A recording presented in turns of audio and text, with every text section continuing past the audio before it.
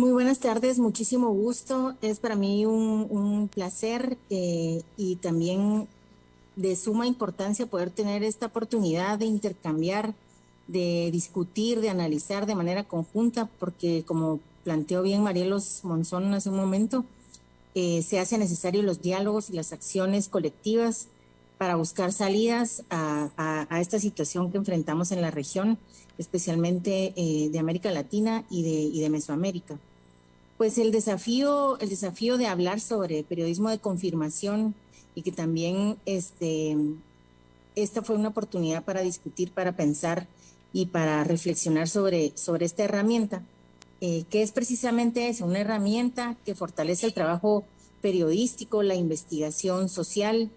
El periodismo de confirmación, pues en realidad lo que genera es como la posibilidad de verificar con rigor, con compromiso, que creo que también es una es la fuerza que tiene el periodismo necesario en este momento, que tiene que ver con verificar discursos, que tiene que ver con entender, con comprender también hechos, sucesos, actores, narrativas, intereses, grupos de poder, entender la disputa en torno a la que giran algunos hechos que se vuelven noticias y por supuesto nos plantea la disyuntiva de generar contranarrativa. En el caso de nosotros y nosotras en Guatemala, en prensa comunitaria, pues quiero contar que este es un proyecto que surge en el año 2012, precisamente de la necesidad de generar conocimiento, de construir conocimiento colectivo desde las comunidades, de lo local a lo nacional y a lo global. Esto fue un desafío que nosotros asumimos, no solo periodismo, sino investigación comunitaria. Nosotras entendimos la demanda y la permanente eh, lógica discursiva y los planteamientos que se hacían desde las comunidades que venían de los años más duros de la guerra y que cuando nosotros surgimos en el año 2012 estaba con mucha fuerza creándose todas las condiciones para que las comunidades y los sujetos organizados encontraran una manera de justicia. Esto en relación con crímenes de guerra. La justicia transicional es un hecho histórico que tiene que ver con todo el ejercicio de crear conocimiento desde las comunidades. Y es verdad que en los años de la guerra sucia y de la guerra contrasubversiva, los medios corporativos ignoraron los hechos y los crímenes como las masacres y el genocidio en el caso guatemalteco. Y esa gran omisión de los medios hizo que muchos actores en aquel momento se dedicaran a documentar, a registrar y a hacer memoria. Y con ese desafío nosotros surgimos. Y por eso el periodismo de confirmación como una herramienta para desarrollar y hacer un hecho que no estaba en la opinión pública, como lo que ocurre en las comunidades, como la exigencia de derechos de pueblos indígenas, de mujeres organizadas, de grupos de viudas o de sobrevivientes de la guerra, era necesario. Y nosotros consideramos que el hacer periodismo comunitario aporta a precisamente combatir la desinformación, porque de hecho una de las características del poder es desinformar para generar no solo opinión pública a favor del uso de la violencia, por ejemplo, estatal, no solo la opinión pública, sino la no acción de la propia sociedad, que llega un momento a justificar esto porque se ha generado opinión pública al respecto. Y el periodismo comunitario también es un ejercicio de rendición de cuentas que va desde lo local, como dije, hasta lo nacional. Y es en lo local donde además se articulan las raíces de este mal pandémico que es la corrupción. En contextos como el centroamericano cobra mayor relevancia y mayor importancia. Nosotros identificamos desde el año 2004 y 2007 cómo se estaba organizando y rearticulando el territorio y el Estado en beneficio de aquellas élites que se habían organizado y se habían beneficiado siempre del Estado, pero que estaban cobrando otra relevancia porque estaban teniendo ya otras dinámicas de acumulación de capital como el extractivismo, pero también vinculado al narcotráfico o a la trata de personas y por supuesto ya de manera exagerada el enriquecimiento ilícito a través del Estado. Y esto lo empezamos a notar nosotros en lo particular, como dije, el 2004 al 2007 en Guatemala. Y también el uso del derecho penal del enemigo se empezó a implementar en 2004, cuando empiezan ya a encarcelar liderazgos indígenas y territoriales que se estaban oponiendo a la imposición violenta del modelo extractivo. Y eso fue una tendencia y un patrón que en la actualidad, como lo planteó Marielos Monzón, ya está ocupando otros espacios como el acoso judicial y el encarcelamiento de operadores de justicia o de periodistas que se oponen o que investigan o que registran o documentan estos hechos. Solo desde el 2014 para acá, 8 periodistas indígenas y comunitarios han sido presos por documentar la actividad de la industria extractiva, por documentar o investigar casos de corrupción o por registrar hechos violentos contra la población organizada. Entonces, hoy más que nunca la desinformación se usa como una herramienta para consolidar la agenda mediática de los grupos de poder, pero no solo la agenda mediática, sino la agenda económica, por supuesto, y la agenda de dominación.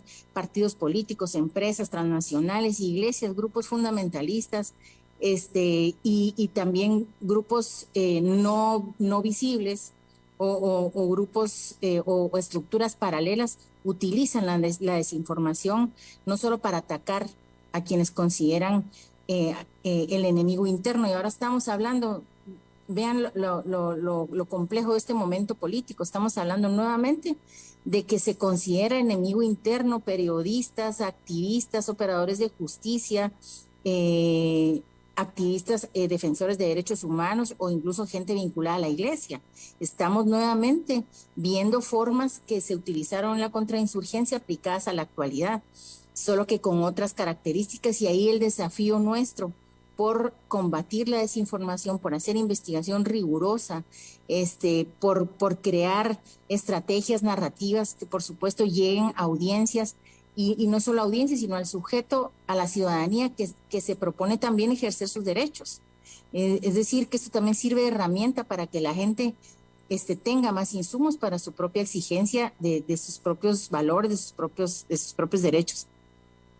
Y en este momento en Guatemala, como en Centroamérica, bien lo han nombrado mis compañeras que acaban de hablar, la desinformación también forma parte de las estrategias que acompañan el desmantelamiento de las democracias. Y como el acoso judicial, como mencioné, hasta el uso de estados de excepción y estados de sitio como una constante. En Guatemala, desde el 2011 hasta acá, se ha utilizado selectivamente en diferentes territorios el uso de estados de sitio y de excepción, que es un estado antes del estado de guerra. ¿Para qué? Para imponer violentamente la agenda de diferentes grupos en detrimento, por supuesto, de las grandes mayorías que viven en condiciones o vivimos en condiciones precarias. Entonces, toda la institucionalidad del Estado funcionando para facilitar y apoyar pues estos intereses de hidroeléctricas, mineras, de empresas que se benefician de la interconexión eléctrica, de portuarias, del monocultivo de palma de aceite, etcétera. ¿Qué es lo que el periodismo comunitario y la investigación comunitaria ha develado? Hay una investigación relevante que se llama Mining Secret, en la que nosotros colaboramos de manera activa haciendo investigación, y lo que revela esta investigación, que está relacionada con una empresa minera ruso-suiza, es precisamente lo que acabo de decir. Uno, es que las redes ilícitas de poder y de corrupción, las raíces están en lo local, en lo territorial. Y ahí es donde el modelo empezó a funcionarles a beneficio de los grupos de poder, en donde la corrupción no era notable en lo nacional, en donde la gente ha tenido que estar lidiando con estas formas violentas todo el tiempo, y por lo tanto hacer periodismo, hacer investigación en este contexto es sumamente complejo. Y por eso es que desde hace años muchos periodistas indígenas comunitarios han estado en la cárcel. Y lo que devela esta investigación corrobora lo que la gente había estado denunciando, corrobora todo lo que la gente había estado colocando en memoriales, en solicitudes de acceso a información. Es decir, el periodismo como una herramienta que facilita también lo que la gente ha estado tratando de hacer, porque la gente hace en Guatemala y en toda América Latina, está permanentemente exigiendo rendición de cuentas, está permanentemente estableciendo diálogos con el Estado, este Estado que le violenta, pero lo sigue haciendo. Entonces, el periodismo ahí cobra relevancia también porque contribuye a ese ejercicio ciudadano en donde el periodismo, visto y considerado como un bien común también, tiene esta importancia. Y por supuesto, lo que decía Marielo, si el periodismo comunitario, el periodismo, la investigación comunitaria se vincula a otros periodistas, a otros ejercicios de investigación en el continente o en la región, pues también nos permite tener una mirada regional, una mirada interseccional, una mirada amplia, en la que vamos a comprender que todas estas dinámicas que están ocurriendo en cada uno de nuestros países tienen una lógica regional y tienen también el papel que está jugando en la geopolítica y en los debates internacionales. A nosotros nos debe el periodismo y la investigación servir también para ver luces, para ver posibilidades de salida, digamos. Es decir, no solo documentar la ignominia, documentar la violencia, la agresión, porque es verdad, documentando e investigando eso nos permite comprender, pero también buscar salidas. Y hay otra herramienta que es el periodismo de soluciones, que también es cómo el periodismo y la investigación está buscando, junto con la ciudadanía organizada, posibilidades de salida para fortalecer lo que haga falta o para hacer ver aquello que no se ve comúnmente. Y por supuesto, en estos contextos, acceder a fuentes, acceder a información pública cada vez es más difícil. Por supuesto, en Guatemala, un país en donde hay más de 22 idiomas, acceder a información en los idiomas, por supuesto, es inexistente. O sea, y acceder a información en general ya es bastante limitado, no digamos, en territorio donde el castellano no es necesariamente el idioma que más se habla. Entonces ahí también hay un montón de desafíos, pero esta investigación sobre la minera ruso-suiza también lo que devela es eso, que el Estado, los ministerios, el Ejecutivo, el Congreso, qué sé yo, funciona solo para garantizar impunidad, para que las empresas transnacionales utilicen todo el Estado simplemente como un vehículo para extraer. La opacidad es casi absoluta, acceder a información es imposible porque no existe, porque no se registra, porque no tiene sentido para ellos. Las licencias mineras y para cualquier tipo de industria extractiva casi se regalan. Las consultas, según convenio 169, se hacen a la medida de las empresas. Entonces, estas son las condiciones en las que estamos desarrollando nuestro trabajo. Por supuesto, eso se vincula a los niveles de corrupción estatal grandes, aquellos escándalos que la CICIG, lo que mencionó Marielos, esta comisión que investigó la corrupción, los casos grandes de cooptación del Estado y de enriquecimiento ilícito vulgar de ese que funcionarios reciben dinero en coimas, en alfombras o lo tienen escondido en su casa. Esos casos altos de corrupción están vinculados a los locales. Lo otro que devela esta investigación de la minera ruso-suiza, que hay una red que funciona de lo local a lo nacional y de lo nacional a lo local, y por supuesto con vínculos internacionales. Yo ahí lo dejaría y cerraría diciendo que el desafío de seguir narrando, contando historias y especialmente colocando a la gente en el centro, a la gente organizada en el centro, es también lo que puede revitalizar nuestro trabajo.